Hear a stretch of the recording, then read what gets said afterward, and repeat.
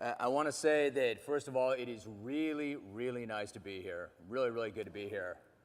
How I got here and what I'm doing here, I have no idea, but it is very nice to be here. And I'll explain what I mean by that in just one moment. My wife, Janet, who's got the phone up right there, hi, sweetie, is my partner in jungle racing. And when I talked to Gary Falter, and he said, we'd like to extend an invitation. We'd like for you to be our keynote speaker. And I said, I'm really honored, but what could I possibly tell people who are already in the business, have probably done it longer than me, are better than me? What could I possibly have to share with them? And he said, just share your experiences. Just talk about what it's been like to be an owner. And one of the best things about being in this room right now and being in the room last night for the dinner is we are amongst like minds. You know, I've done a radio show and a TV show for the better part of 30 years, and I've been so lucky, and I've had a really, really good run. And it's been an amazing career. It's a great, great job, honestly. They pay me to talk sports and crack athletes. It's an awesome job. But even my best days at work, and I've had some really good days and a few not so good days, my best days at work are not as good as the most electric days I've had on the track. Literally, as somebody who did not grow up with this sport, my very best days on the racetrack have been more surreal and more electric than any day I've ever had that's not related to the day that I married my wife or the birth of my 2 sons. That good and that electric. The problem is, who do you share this with? You know, the guys who work with me and work alongside of me might kind of placate me and pretend they're interested, but I know they're not. You know, I'm not around horse people.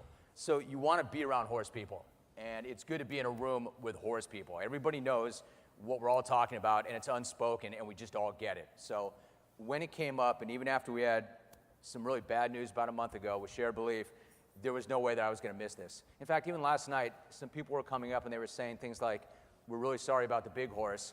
And I could tell there was some concern that maybe we weren't going to come, that maybe we wouldn't be here after we committed to it months ago. But this is one of the reasons why I wanted to be here, because I knew that people in this room would understand. And I wanted to talk about Shared Belief and my experiences. So we've got this amazing passion for the game. Some of the best days of my life have been at the racetrack, but in reality, I'm the most unlikely thoroughbred owner ever. And if I'm the most unlikely thoroughbred owner ever, how I ended up as a keynote speaker at a thoroughbred owners conference, I have no idea. But this was not meant to be, but not for the reason you think. You know, I've got this rap that I was the guy back in the day who said, horse racing's not a sport, it's a bet. I was the guy who said some rather unflattering things about the jockeys. And you need to understand a few things. One, I said much worse things about some other sports and was forgiven much sooner than some in this sport. And two, man, I was just kind of young. You do different things when you're younger. I'm 50 now, all right? Nobody wants a 50-year-old smack talker. However, when I was 30, it was okay to talk junk and push buttons and be on the radio. So I would do that, and it would be shtick, and I'd have some fun. But that whole bet thing, I'm not coming off that. It's still a bet. It's still a bet, but that's not a bad thing, right? I mean, what business is not a bet? We all bet on ourselves. We bet on what we sell. We bet on the industry. We bet on the economy. We bet on the companies we go to work for. And when I write a check for a horse that I can't communicate with, that I haven't even met, damn well better believe that's a bet. So it's a bet, but it's an exciting bet. It's a great bet. But that's not why it was unlikely for me to be an owner. I just never had any interest. I never had any interest. When I did my radio program, I would talk horse racing a couple times a year. If the Kentucky Derby rolled around, I did an interview. If somebody was making a run at a Triple Crown, I would do an interview. If I could find a colorful character in the sport, like a Kent DeSormo back in the day, or a Bob Baffert, I would do the interview, but I would do it because it was my job, and I didn't have this amazing interest in it. I just didn't. It was not on my radar. I did not grow up with horses. Well, I actually did, but I did not grow up with my dad taking me to the track. I had no dreams. So what changed? How do I end up here? We lived in Los Angeles, and I would go down to Del Mar once or twice a summer. We had business in San Diego. We had friends in San Diego. And Del Mar's a good time. You put on something nice. You have an adult beverage or two. You bet the horses. It was great. One time I go to Del Mar, and this character, Billy Koch, gets right up in my face. I don't know how many of you know BK. BK, a very colorful guy. Great charisma, great salesman, and he was one of the founders of Little Red Feather Racing. And he says to me, Jim, you got to buy in. You will love this game. I said, yeah, I'm good, really. I'm fine. He says, no, I'm telling you, I know you're sure you're going to love this. I'm fine. Next summer comes by, I'm down at Del Mar, and I mean, how does this guy, does he have a GPS on me? How does he know where I am? First guy I run into is Billy Koch. Jim, I'm telling you, you will love this. buy a piece of a horse. It's unlike anything. I can give you phone numbers of anybody that'll tell you. I said, Billy, I'm fine, really, I'm good. I'm just here to watch the races and have a drink. Heisman, I got him at bay. I'm not kidding you. I go to a party in Los Angeles, and he's there again. I'm like, how do I keep seeing this guy? And he's like, Jim. I'm like, Billy, do me a favor. Just send me whatever information you have. Email me a prospectus. Yeah, I'll do that. Knowing full well I'm going to send that thing to spam, and this guy will be out of my life forever. And then I'm done. And Billy's smart, though. Billy got Janet's email address. And the email comes, and in our house, we've got these little offices that are butted up against each other. And the email pops in, ding, and I hit spam, and Billy's out of my life forever. But then I hear Janet in the next room say, you know what, we should do this. I said, do what? She said, we should buy that racehorse. We should buy a racehorse. I said, what? You want to buy a racehorse? She said, yeah, it'll be fun. You need a hobby. Get out of the house. All you do is work. Let's do it. It'll be fun. I'm like, you want to buy a racehorse? Yes, let's do it. Let's buy a racehorse. We buy 10% of this colt that was Argentinian bred. We go to Santa Anita. We run a mile on the grass. The horse goes off 15-1. This is my first horse race as an owner. And I'm ashamed to admit how naive I was about the entire thing. I really didn't even know the horse's running style. I didn't know what to look for. I'm like, I host a talk show. I know sports. I didn't know horse racing. I'm watching this race. The horse is running dead last, and I'm like, you are a dumb guy. What did you think? Like you were going to know something like this? But I'll never forget Trevor Denman calling it 8 in a line, wing forward, out of the clouds to win it, wing forward. And it was the most amazing thing I'd ever seen. Out of the clouds. I mean, lightning struck me from out of the clouds. Somebody snuck up behind me and injected me with a drug, and I didn't know it. Because when that horse hit the wire, my life changed in an instant. An instant. Somebody injected me with a drug because I couldn't explain it, but it was the most exhilarating thing I had ever seen. I could not wait to get back to my radio program and talk about this experience. And it was Friday. I'm like, how am I going to get to Monday? I can't believe it. And then I was addicted. It's kind of a crass thing to say, but you know how people say, don't try crack. You may get it. Don't do that. You'll be addicted, and then you'll die. I tried crack. It was horse racing, and it was in my blood, and I couldn't shake it, and I wanted more and more. I was like, I couldn't stop. I said, Billy, when's that horse going to run again? Do you have any other horses I can buy? And I mean, on my forehead, dummy. But and this is one of the messages. I was looking online. I was following the conference online, and a lot of my message is similar to what you've already heard. I was not doing the right things, but man, I was in love. So we have this horse. I buy 15% of a gelding named El Manuel, who I loved. And all of a sudden, and they're running allowance races, and we run 4 races, and we win 3 of the first 4 races. And now I'm like, I'm good at this. I got kind of a knack for this. You know, I'm pretty smart. I'm pretty good at this game. And, you know, it's not as hard as people say. I think I like this. So I'm just looking for more. I don't have a plan. I don't know what I'm doing, but I need more of this drug. So Billy does a deal with Madeline Arbach, who I saw last night. And now we have 25% of the next one. And it's a horse named Hot and Dusty. And Hot and Dusty was this great filly. I loved her, boy. She was so tough. But now I've got 2 trainers, so I'm learning about trainer styles. Mike Pipey trained our first 2, and they ran pretty much like clockwork every 4 to 6 weeks. But Hot and Dusty was with Barry Abrams, and she ran like every other week. And we used to laugh, but we'd say, why work her when we can run her? And I called her my personal ATM machine because she hit the board every single time, and I just kept pulling money out. Now, I'm having the time of my life. Now I've got 3 horses, and they're all competitive, and they're all running, and we're getting paid, and I am having fun. But then, again, I'm not working a plan. I have no plan. I'm falling in love with every horse I see. Very important point, too. Somebody said to me early on, Jim, your problem, I'm telling you, this is going to be your problem. You fall in love with every single horse. Every one. And I looked at this person, I said, listen, maybe one day I'll figure out that this is a business and not a hobby, but we're in the game because we fall in love with every single horse. That's why we love this game already. We love the animal. Racing's great. Winning is great. The track in the morning is great. We love the animals. I'm falling in love with every one of them. Yes, that's why we're here. So, and they're running competitively. But then it starts to get away from me because now I'm taking huge swings. I think I'm good. I think I know what I'm doing. And now I'm not buying fractional shares. We're buying horses outright and not cheap horses. I'll never forget, I sent Billy was going to OBS. And I had a budget. and it was a big number. For us, it was a really big number. And we decided on the horses we would target. One of our horses came up. I was about to go on the air on ESPN. I was live at 1 p.m. doing my daily talk show, and I'm on the phone, and Billy's taking me through negotiation. We're at this, we're at this, we're at this, we're at this. We finally hit our number, my number. He's like, should I do it? I'm like, yes, do it, do it. We get the horse. He goes, you got him, it's your horse. 2-year-old at the OBS sale. Billy says, I'm walking over there to sign the ticket. He goes, Jim, I'm shaking. I'm like, you're shaking. You're shaking. I'm going on the air in 1 minute. We buy a horse. But now we're buying horses for a lot of money, and we're 100% owners. And then that's when horse racing kicked in. That's when it all kicked in. In a landslide, it kicked in. All of a sudden, I started to learn the lessons that we all know. They get hurt.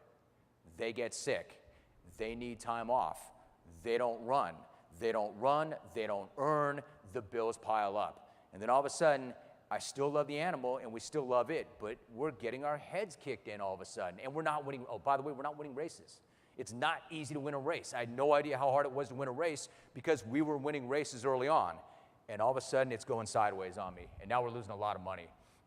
And Janet and I would talk about it, and she's like, I don't know that we can keep doing this. Jim, how much money have you spent on this? I said, you told me to get a hobby. She said, not one that was that expensive. And now we're in a tough spot. We're in a tough spot because it's not working. We're hemorrhaging money. Relative to who we are and what we make, it was fun, but we just couldn't do it. And then I had a chance encounter with 2 entities, 2 very important entities in my life. One a horse and one a person. I had seen Ms. Direction break her maiden by 11 lengths, and I had never seen a horse do that before. It was visually, it was stunning. So I went to Mike Pipey and I said, Mike, what's with that big mare? Tell me about the mare. And he said, Jim, it's funny you ask about her because some of the owners are looking to take some money off the table, and you might be able to buy into that horse. And I said, really? Is that a possibility? He said, I think you can do it. I think you can do it. The second entity in my life was Alex Solis. Alex Solis was a bloodstock agent, the son of the jockey, and Alex was a brilliant, brilliant young guy. He had bought Ms. Direction. He actually bought her twice. They bought her as a yearling, and then she went back into the ring as a 2-year-old, and then he bought her again. So he put the whole deal together. And I said to Janet, listen, here's what we're going to do. One last swing. One last swing. It's a big swing. It's a big check.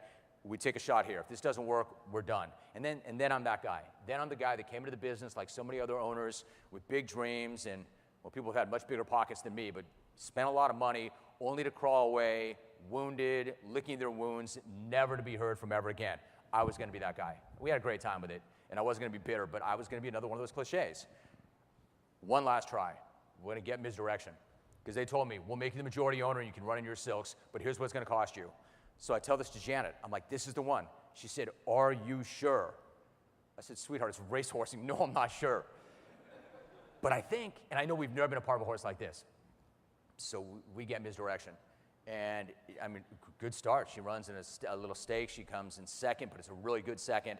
And the next thing you know, we're at Del Mar, and we're running in a grade 2. Understand that we've never won a stake race. Here's the other thing. Somebody said to me last night, you got in the business and you had Misdirection overnight, right? Wrong. It may have been pretty quick in relative terms, but we were getting our brains kicked in for about 4 or 5 years, losing a lot of money, and had never even won a stake race in 5 years, and bought a lot of horses. We had never even been in a stake, and Miz is running in a grade 2 at Del Mar. I can't believe this. Like, we're in the game. Came in second. We had to get her to relax, and then she ran a smaller stake in the Sandy Blue, and she won that stake. And we're down there like we're the king and the queen of the world. We won a stake race. And never mind, it wasn't graded, but God, it felt good. And the next thing you know, we're on an airplane to Keeneland to run the Ravens Run. And I'm like, I'm flying to Keeneland to watch a racehorse or a horse race that my horse is favored in? It was astonishing. I was at Keeneland. I mean, the whole thing was so surreal. And Ms. ran well that day too. She was a troubled third, but she was on the poly, and she ran well. But now we're in it. We have the big horse, we think. And then the most amazing thing happened. We ran her on the hill at Santa Anita. I think a lot of you know that the Santa Anita Hill track course, it's very unique. It's different. There's not like anything like that in the North America. You swing this way, you go over the dirt. And we thought we'd try her on the hill. Some of the fillies love the hill. And I'll never forget, it was January of 2012. And there was a horse named Unzip Me. You might remember that filly. Good filly, really good filly. And she was SoCal's Queen of the Hill. Queen of the Hill. I'm not gonna lie to you, I was intimidated by the Queen of the Hill. I got it in my head that you don't beat that horse on that track. That's the Queen of the Hill. And we had Garrett Gomez on Miz at that point, And Miz gets out. He swings Miz right away wide, and she runs right by Unzip Me. And HRTV sent me a copy of the race after the fact, and I'm jumping up and down like I won the Super Bowl. I mean, I'm an idiot, and I don't care. I'm pumping my fist. I'm jumping up and down. It was an amazing thing.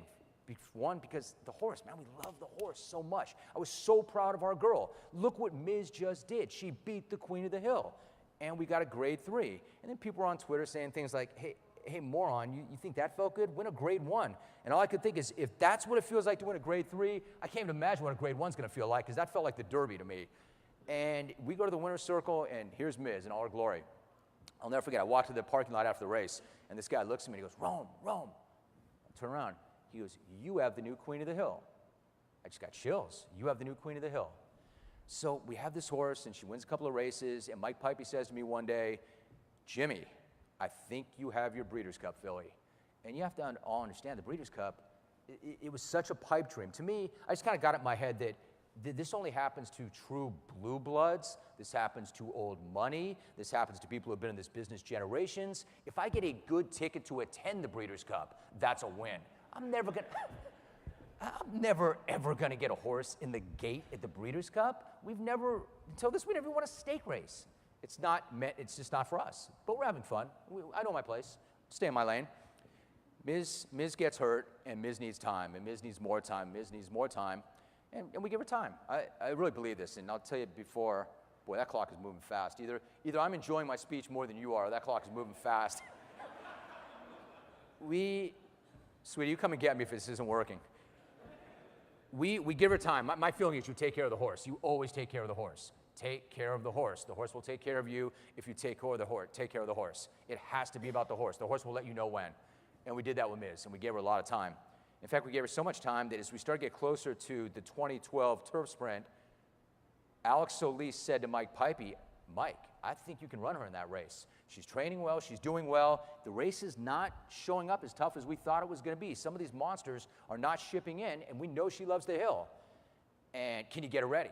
And Mike said, yeah, I think I can. And I'm like, you're going to train all the way up to a Breeders' Cup race? No prep? 6 months off? No horse had ever gone 6 months and won a Breeders' Cup race. And we said, let's do it. Why not? Let's take a shot. It's at Santa Anita. Miz hits the morning line at 20 to 1. You know, she'd never been 20 to 1 before. And so now, and just to cut right to the chase, she had never been in a grade 1. She had never won a grade 2.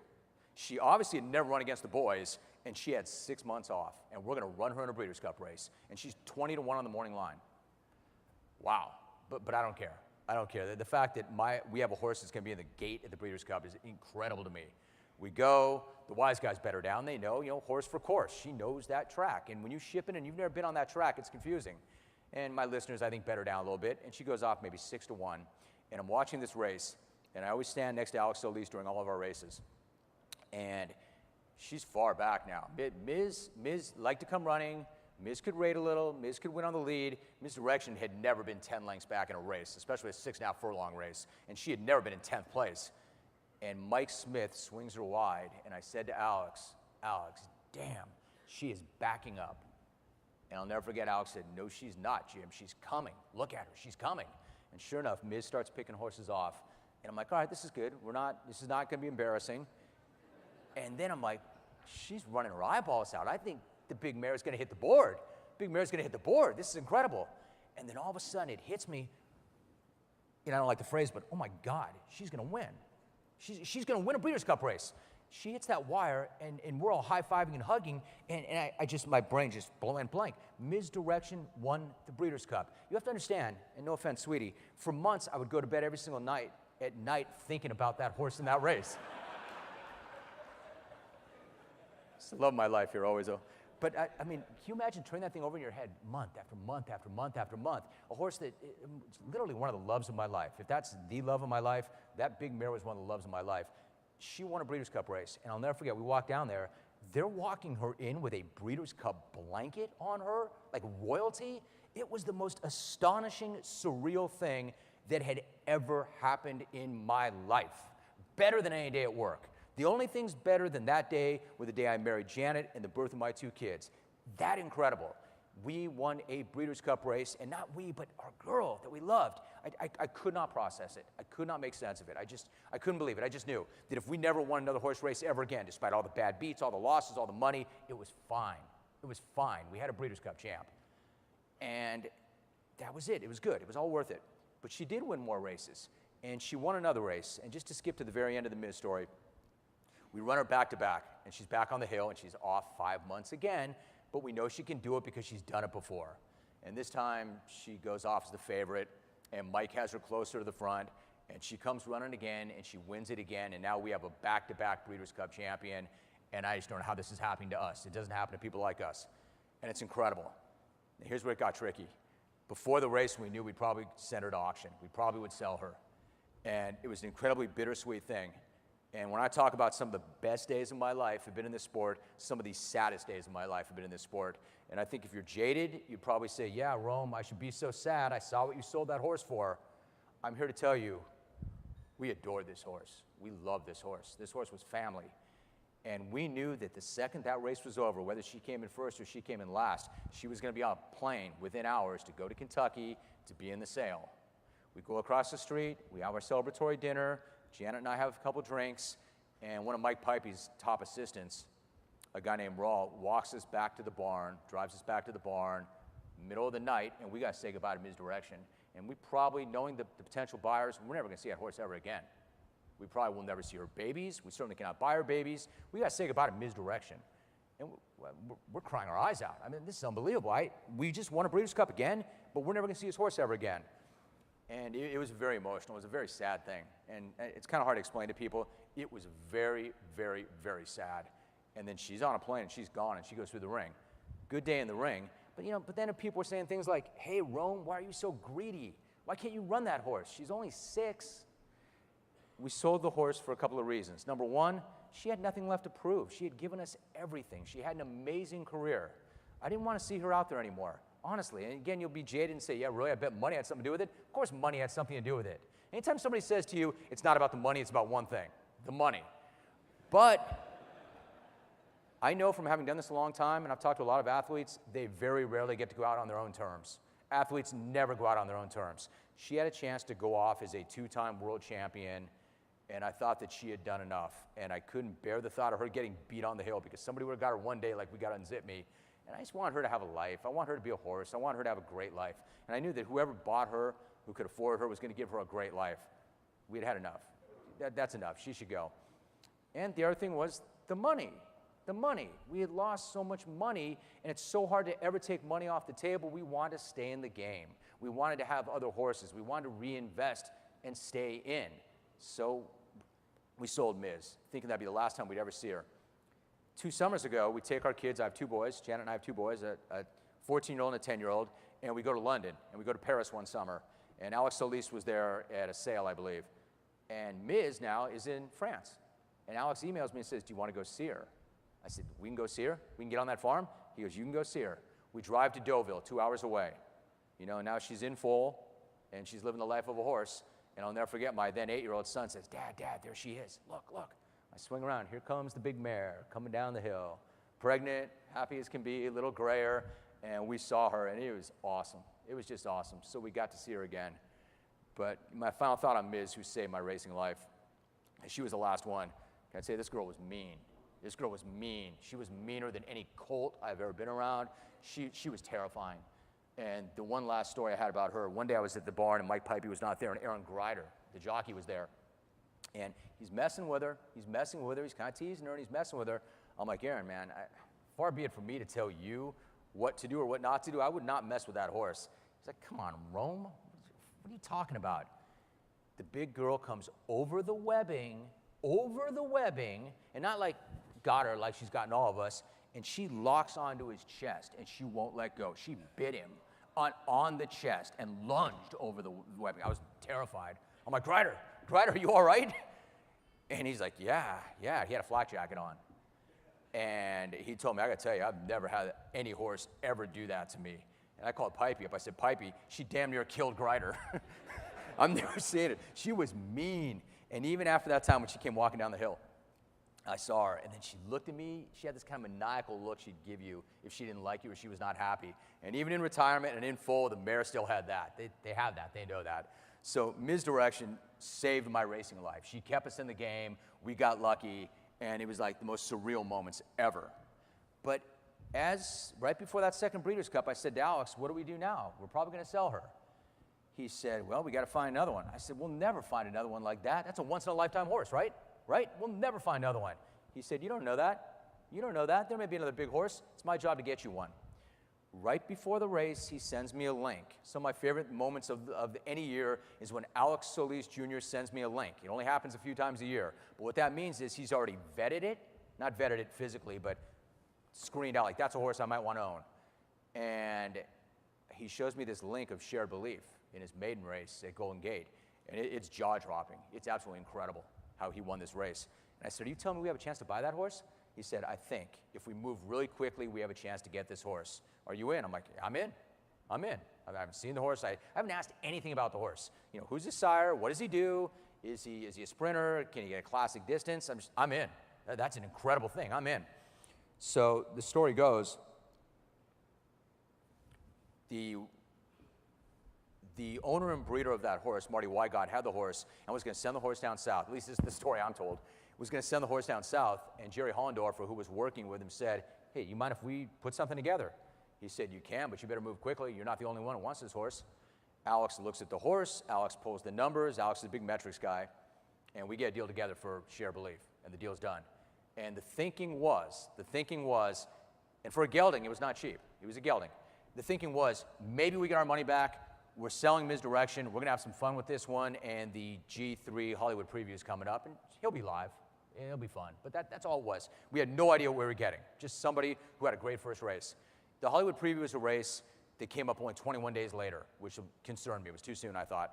And there's a horse named Kobe's Back that was in that race. And Kobe's Back had won his first race, which was a stake race, and he won it dramatically, like a very good thing.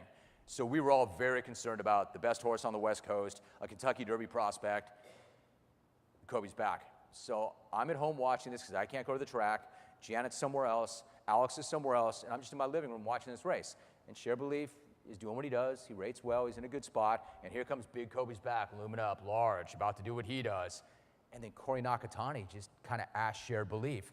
And he was just gone. 3 lengths, 4 lengths, 5 lengths, 6 lengths. And he wins the race, a graded stake race now, the same way he won that maiden race. And I had to pick my jaw up off the ground. I called Alex. I said, Alex, did that just happen? Do I think what I saw, it just happened? He said, it just happened. It just happened. Cash Call Futurity is next. I'm like, whoa. Can you slow this thing down? We're going to run to grade 1 next? He said, not only that, you're probably going to be the favorite. And this thing is spinning so fast, and I have no idea how this happened. How did we find this horse? How did this horse land with us? And then the next thing you know, Share Belief wins that race the same way, and we're on a plane to Florida for the Eclipse Awards. And we had sold Misdirection just 2 months earlier, and I can't figure it out. But we understand that this is an amazing thing. So we win the Eclipse Award, and the first thing Alex says to me is, Jim, whatever you do not get Derby fever. Do not get Derby fever. I'm like, bro, I got this. Derby fever, me? Let me tell you about Derby fever, man. It damn near killed me. I was running like 107 fever, Derby fever. Of course I got Derby fever. You know, the horse is #1 in the future betting, and he's the big horse. You know, I got other trainers are calling me up going, do you know that is a freak, that horse? So, oh yeah, I got Derby fever all right, and I tried not to, but I got sick. And Alex told me not to, and Jerry would always say things like, look, we're not sending him to the Derby. If we go to the Derby, it's going to be because he takes us there, not because we're taking him. All of you are sending us to the Derby. And we're excited. And then we just got to find out, can he run on dirt? But then he missed a work. Then he missed another work. Then he missed a race. And then all of a sudden you find out that there is no Derby. This is what Alex meant when he said 5 months may as well be 5 years, Jim. Be patient. And now we find out what we have. We have an extremely talented horse, but he has trouble with his feet. He has quarter cracks. He had an abscess. This is not going to be easy. And then we make a decision as a group. We're not pushing through this. We're not going to ask him to do something he can't do. Do what's right for the horse. Let the horse let you know. And again, the jaded might say, yeah, tough guy. He's a gelding. That's why you didn't run him in the Derby. We didn't run him in the Derby because he wasn't right, and we wanted to take a long view of it. We thought the horse was very special, so we don't run in the Derby. And then we don't run in the Preakness. And we're on the side, and what's happening down the street from us? Chrome, California Chrome, our next door neighbor, is just blowing up. And the story is absolutely amazing, isn't it? I mean, and for the record, our group had nothing but respect and admiration for that group. The horse was amazing, is amazing. Art and Jerry have been friends 40 years. I'm in sports, all right? You know what people always say, who's your favorite team? Who do you root for? Who do you root for? I don't root for anybody, ever. I don't care who wins or loses, ever. You know what I root for? Something to talk about. I have 3 hours of radio I got to fill every single day. I'm team content. I don't care who wins and loses. People don't believe that. I don't have a favorite team. I stopped having a favorite team when I was 12. That was good content. They were an amazing story, Chrome, and that was good for our sport. So I got a kick out of it. But I'm not gonna lie to you, it's hard because we're on the side and we're doing nothing and nobody even remembers shared belief. And deep down, we all thought, the team, we thought we had a horse that could win the Derby. We really thought we had a great horse. But, you know, what can you say? I wasn't even resentful that he was there. He did it. If you're not there, you can't do it. So they're doing their thing. Now I will tell you this, we quietly had a comeback race at Golden Gate Park, or Golden Gate Fields. It was an allowance race. And I do remember this. I went to the Derby one night, and it was after Chrome had won the Derby, Kentucky Derby. I bring my 9-year-old son up to meet Art Sherman. Art was having dinner with some friends. And my son, who's a huge share belief guy, also got caught up in Chrome. He liked it a lot, Logan. So he went up and he met Art Sherman, and I kind of embellished it a little bit. I said, Art, it's so nice to meet you. This little guy here, he owns share belief. And he goes, oh, that's great. It's great to meet you. And one guy at the table looks at me and he goes, yeah, we saw your race. That was a setup. That was a setup. And I'm like, oh, it was a setup, huh? And I'm like, probably old man doesn't want to talk smack in front of his 9-year-old son, so I kind of, you know, I thought, I said nothing. I thought if by a setup you mean bringing a horse back in a spot against older and not running him in stakes company, if that's what you mean by a setup. But I filed that one away. I remember that one. But then we're starting to come back, right? We run the Los Al Derby. We run on dirt, and that was another question. And Mike Smith's on the horse now. And we didn't know whether or not Share Belief could get it on dirt. He was a freak on the synthetic. Mike Smith gets off the horse, and I said, Mike, what do you think? How do you get over it? He said, Jim, I knew within 100 yards you had yourself a dirt horse. He's fine. He's great. He's got amazing balance. That was the first time Mike had been on the horse. And one of the first guys we run into after that is Steve Coburn from California Chrome. And the cowboy came up, larger than life as he is, and he goes, congratulations, y'all. I got a feeling we're going to run into you sometime. I said, I think so too, Steve. I think we are going to run into each other at some point. So then it's coming together, right? We're back, they're back. Any of you remember a race called the Awesome Again that we ran in, Share Belief ran in? Everything Share Belief had done up to that point was very easy. Everything was easy. He made everything look easy. He had never had any adversity. He won everything by open lengths. Awesome Again, he was 1-5, and he got pushed out by Pedroza, or Espinoza, Victor Espinoza, and it was not a good thing. I mean, he got pushed halfway to the parking lot. He was 5 wide, and I remember Mike saying in an interview after the race, I'd given up on the race. To be honest with you, we lost. We knew we lost. We gave up. He goes, but then the big horse said to me underneath, hey, I'm still here if you need me. I'm still here if you need me. We can do this. And so Mike got after him a little bit, and he came out wide, and he finds a way to dig deep and win that race. And a guy that I know that I respect a lot, that I always talk to about the races, said to me right after the race, he said, Jim, you know that's your best win ever. That's his best win ever. He's never had to do anything like that before. And I remember at that point, it was really important that we found out that Share Belief not only was, he was very talented, he was very gifted, he was explosive. Man, this horse was fierce. He was fierce. He had grit. He was courageous. He was not afraid. We had never seen him do anything like that before, not even when he won the Pacific Classic. So I felt great about that. And then I ran to a journalist shortly thereafter, and he said to me, you know, are you concerned about having to run in the Breeders' Cup Classic after a race like that? Took a lot out of him, right? I said, no, I'm not concerned at all. In fact, we learned something about that horse. He needed that. That's good. That's good. And the guy kind of looked at me like, yeah, I don't know, Jim. And I remember thinking, no, it's fine, it's good. Then the ill-fated Breeders' Cup Classic. We go in, we're favored, and you'll love this. The irony of that race is I liked my post position. Right until Byron sawed us off. You know, so that was interesting. That was a very controversial race, as you might imagine. You know, that race was televised by NBC, and if you're an owner, what they do is they stick a camera right in your face. They want the reaction. And this is the biggest race of our entire lives that we're waiting for. And we come out of that gate, and Byron smashes right into Share Belief, just saws him off. And then the horse has got to check up another 100 or 150 yards later. I mean, it was a lot of adversity, and we know how the horse came out of that race. He was banged up pretty good. And not only that, Byron, What do we know about Byron? We know that that horse was extremely dangerous with an easy lead. We all knew in that race that if that horse got out there on an easy lead, he was going to be tough to beat. I think Byron knew that also because he not only smashed into us, he took care of Marino as well, who was the speed that we were counting on. So this does not go well, right? We come in fourth, and our dreams of, it was up like that. And immediately people were coming to me. What do you think? What do you think? What do you think? I got this guy I know in racing, another owner, who's going, what the hell's the matter with you? Why are you not saying anything? That's not all right. That's not all right. And I'm going to tell you why I handled that then and the way I'm going to handle it the way I am right now. When I do my radio show, and I've done this for years, I've got a concept. Scoreboard. Look up at the scoreboard. Nobody cares that you're injured. Nobody cares that the referees jammed you. Nobody cares that the schedule makers didn't do this thing the right way. Scoreboard. Look up at it. They won, you lost. That ends every argument. I just don't want to hear the whining. I don't want to hear it. And that's what happened to us. We did not have racing luck that day. You have good racing luck, you don't have racing luck. That day, we did not have racing luck. I was not going to say, take that horse down, because you're not taking down the horse that won the Breeders' Cup Classic. And by the way, I just wasn't. It just was not our day.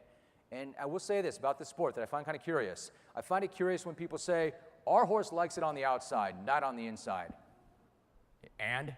Or our horse likes being up front. Everybody knows that he likes being up front, and you ran yours at ours even though you had no chance to win.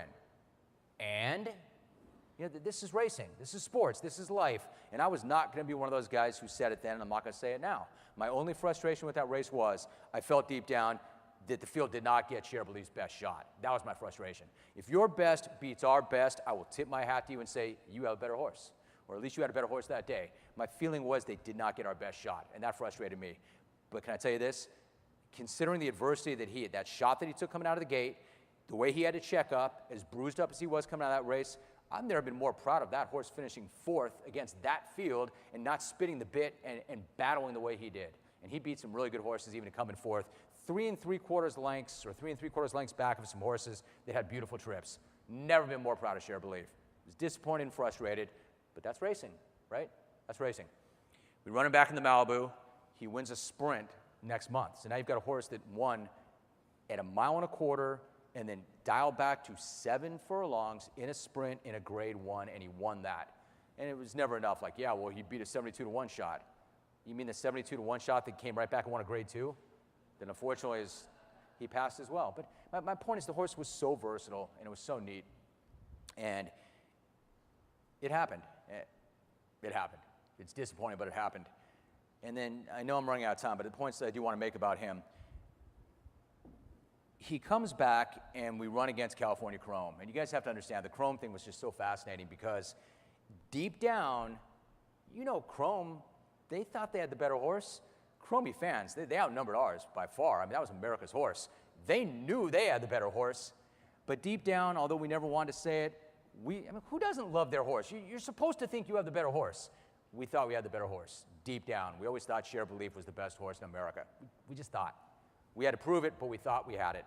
All I cared about for the San Antonio in February of the next year was just give us a clean race. Just give us a clean race. No excuses, no bad trips, nothing involving the stewards. Let those two be on the square, headed for home, and let the best horse win. Just let them win it. That's all I'm asking for. And sure enough, that's how it happens. It's perfect. It's a perfect setup. They're running their eyeballs out. They head for home. Trevor Denman said it perfectly. Here's the race we've all been waiting for. Denman then says, California Chrome digs deep, he finds more. That always scares me when he says that about somebody else's horse. And if Chrome gets the first jump, that's not really a good thing. But our feeling with Cher Belief was, maybe he wasn't the fastest, maybe he wasn't the quickest, but if he was there, you were not going to outfinish that horse. He didn't get outfinished. He just did not like to lose, and he had that gear. He could cruise at a high rate, and he had that gear. And although I was in a hotel room in St. Louis when it happened, when he blew by California Chrome, it was an amazing moment. We were so proud. And I think although that was a grade 2 and we had won 5 grade 1s when it was all said and done, I think that might have been his finest moment. The way he dug deep and he ran by the horse of the year and to do it emphatically, and Chrome ran a great race. I think our team would probably tell you that might have been our finest moment with Cher Belief. It was an amazing thing. It was exhilarating. I wish I had been at the track to see it. And then he won the Santa Anita handicap, and he did it without Mike lifting a hand, and now he's at the height of his powers. And then we have to decide what to do next. and we talked about Charlestown. We talked about West Virginia and the Classic, and there was that talk. It's a small ring. It's a bull ring. Do you want to run your horse in a bull ring? And the team talked about it at great length. And I know there's a lot of people who've had thoughts about what happened to him in that race. Jerry had been there. Mike had been there. We had to get him on a plane. He had never traveled before, and we had to see how he'd ship. And I got to be honest, he was the top-ranked thoroughbred in the world at that time. He was number one, and it was a lot of money. We run him there. I'm watching on TV. He gets out of the gate badly. I think that's all right. Mike's going to get him in the race. He does not get in the race. Now I'm really concerned. Mike jumps off the horse, and now I'm terrified. I'm in California watching this happen, and I'm mortified. I'm having trouble breathing. I'm really scared. And we're all separate. I've got one partner at the race. Janet is another part of California. I'm watching it by myself. Alex, I think, is out of the state. We're all separated, and we're seeing Mike jump off our horse, and we have no idea what happened. And it really was. It was terrifying. Come to find out, we get through the day that it's not life-threatening, and that's good, but he's got a fractured hip, which is not good. So we send him to Pegasus, and again, we make the decision. We will give him as much time as he needs. If it's 6 months, fine. If it's a year, fine. If it's a year and a half, fine. Do right by the horse. Do right by the horse. And we gave him time. And for 4 months at Pegasus, he did nothing. I mean, stall rest, nothing. The horse is so animated, they can't let him out of the stall. Who knows what he'll do? And by the way, Mike saved his life, I think, that day. Mike knew. Mike jumped off the horse, because if you watch Share Belief, he still wanted to run. I mean, they do, but especially that one. So we give him time. Janet and I make a trip to Pegasus, and we haven't seen him in months. And I see this horse that's been in a stall for 4 months, and I go up to him, and he tried to take a chunk out of me. I'm like, what is this horse hasn't changed at all in 4 months. He's the same horse. We get him back. He's galloping at Golden Gate. He's bigger. He's stronger. His coat looks amazing. There was a video online of him galloping, and we literally now, after having almost a year off, or 9 months, he's going to breeze in 2 days. The champ is back. It's fine. It's good. And then right before I go on the radio, I get a phone call 1 minute before air, and I look at my phone, and it's from Alex. I know our rhythms. I know when he calls me. This is not good news. Alex Solis would not call me 1 minute before my radio program unless something bad happened. I said, Alex, what's going on?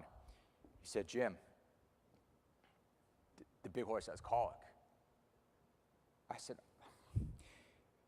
yeah, it's funny. I said, I was telling the story to my son the other day, my 10-year-old. And I said, Mike Smith and I had a conversation after this went down, and we were both crying on the phone. And my 10-year-old says, Dad, I have never seen you cry. My 10-year-old son, I have never seen you cry, Dad. I'm like, son, I think you're right. I think you probably have never seen me cry. I'm not that guy.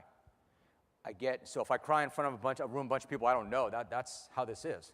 My son has never seen me cry. Alex says, Jim, I think it's bad. I think it's bad. He has colic. We're rushing him. The vets have seen him. We're rushing him to UC Davis, to the clinic. They have to operate. I said, all right, keep me informed. I hang up the phone, and I got to do my radio show. And I can't tell this to anybody. The show's got to go on. But all I could think to myself, and I'm not a terribly spiritual person, and I don't ask anybody for anything, but all I could think is, do not take this horse. Do not take this horse. I don't care if he never runs again. This horse needs to be at the Kentucky Park or on a farm where people can visit him and love him and respect him. Do not take this horse. About an hour and a half later, Alex calls up and says, Jim, they couldn't save him. They couldn't save him. And now I'm doing this radio show. I'm like, Share Belief is gone. The horse is gone.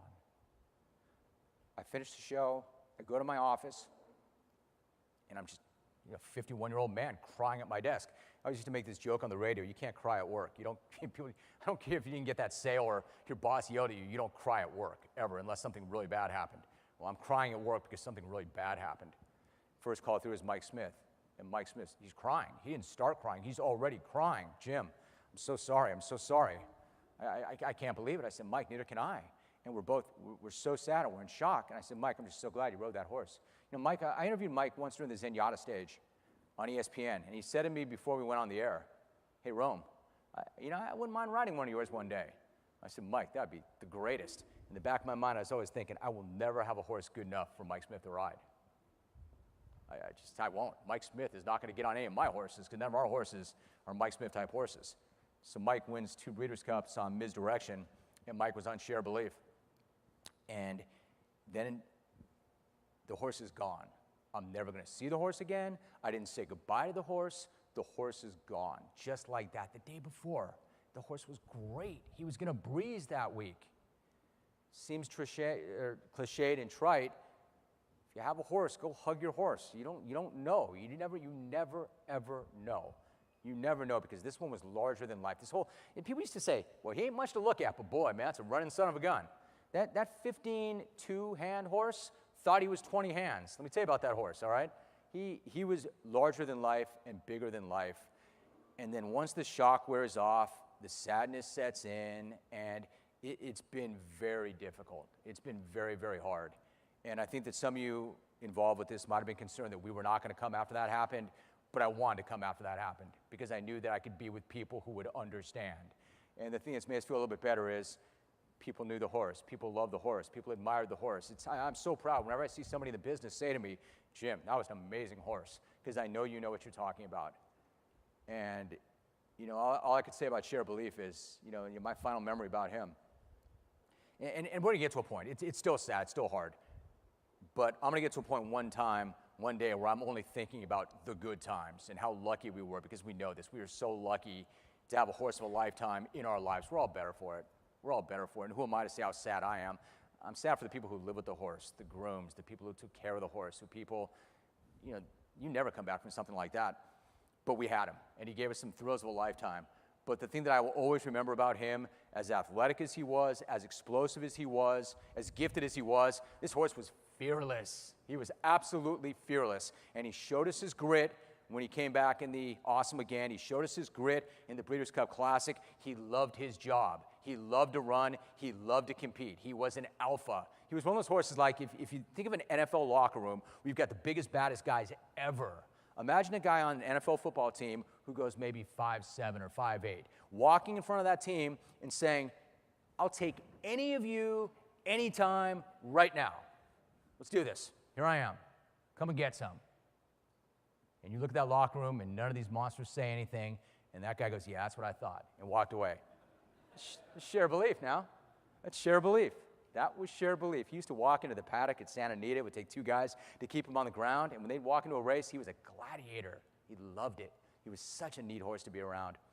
My clock reads 0, so my final thought is this. Where does that leave us? Where does that leave us? Penny Chenery sent me a note after Share Belief passed, and it meant so much to me. Somebody said to me, she wants to send you a note. She does not do email, but she wants to write you a card. What's the address? And Penny said, Dear Jim, I'm so sorry for your loss. It's so hard to find a good one and so unfair when you lose one. But just remember, stay with the horse, people. The highs will still outweigh the lows. Stay in the game. And so I've done some soul searching now, because I've had the highs and I've had the lows. I've had both. And I ask myself, what's more intense? The high of the high or the low of the low? Did I feel better when Ms. Direction won that first Breeders' Cup, or did I feel worse when we heard about Share Belief? And the honest answer is, I felt worse when I heard about Share Belief. However, we're going to stay in the game.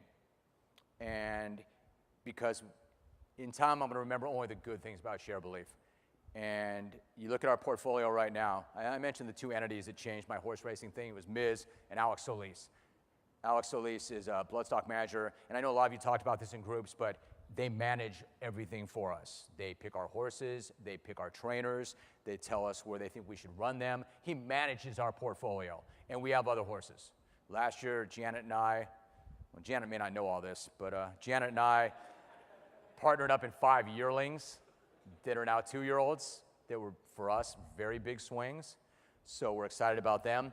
We partnered up in a 3-year-old filly named Stays in Vegas, who is a stakes winner who just took second in a Grade 1 dirt race in the Starlet. So we're excited about her. We have a Pioneer of the Nile, 3-year-old who has not run yet. He's had some foot issues, but he's doing very well. That makes, I think, 7. I took part in a pinhook program. Janet doesn't know that yet either. Sweetie, that's 8 more that we have a percentage in. But if all goes well, we will sell them and do well. And we've got a homebred. I wish I had more time. I would tell you about my breeding experiences. They have not been good. But the point is, we're still in the game. We love the game, and we're going to stay in the game. And we understand that there are going to be highs, and there are going to be lows. And we've had it all. We've run the gamut, and it has been an amazing experience. So to come full circle, it may still be a bet, but it's a sport. It's a beautiful sport. We're in this sport for a lot of reasons, but mostly because we love the animals. And some of the biggest thrills of my life have been in horse racing. So the most unlikely thoroughbred owner ever has had some of his greatest moments ever being an owner. So thank you very much for having me here. Thanks for not bringing the Jaws music up and dragging me off the stage. And it's very good to be among like-minded people. I feel like we're one big happy family. Thank you very much.